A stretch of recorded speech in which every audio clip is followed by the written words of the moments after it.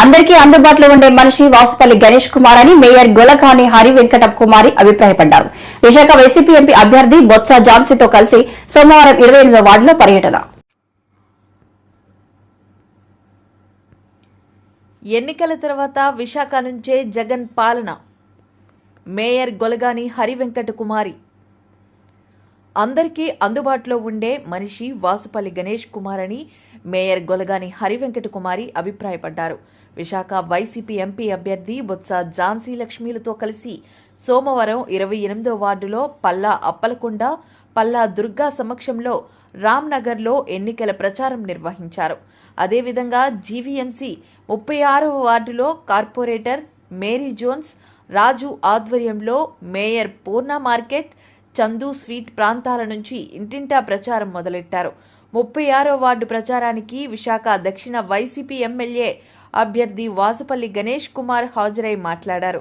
అనంతరం బొత్స ఝాన్సీ, విశాఖ జిల్లా వైసీపీ అధ్యక్షుడు కోలా గురువులతో కలిసి వాసుపల్లి, మేయర్ గొలగాని హరి వెంకట కుమారి మాట్లాడారు.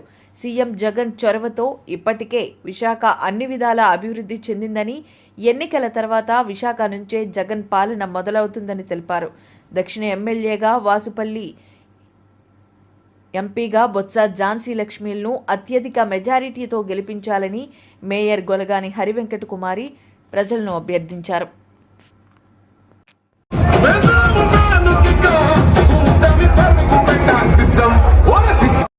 అవనివ్వండి, ఫ్లైఓవర్స్ అవనివ్వండి, రోడ్స్ అవనివ్వండి, రోడ్ కనెక్టివిటీతో పాటు ఈరోజు ఇంటర్నేషనల్ ఎయిర్పోర్ట్ లాంటివి, ఐఐఎం లాంటివి ఇవన్నీ కూడా సంపూర్ణంగా పూర్తి చేసుకోవడంతో పాటు ఐటీ సర్జన్ లాంటి దాన్ని కూడా ఈరోజు తీసుకురావడం, దాని ప్రత్యేకంగా ఉద్యోగ ఉపాధి అవకాశాలతో మనం పాటు పరిపాలన రాజధాని కావాలని కోరుకుంటున్నారు.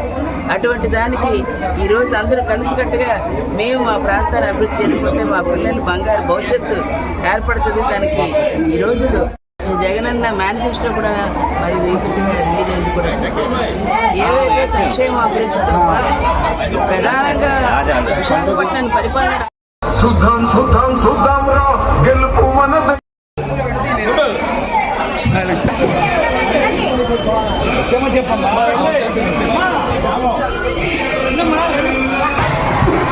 విశాఖ సంబంధించిన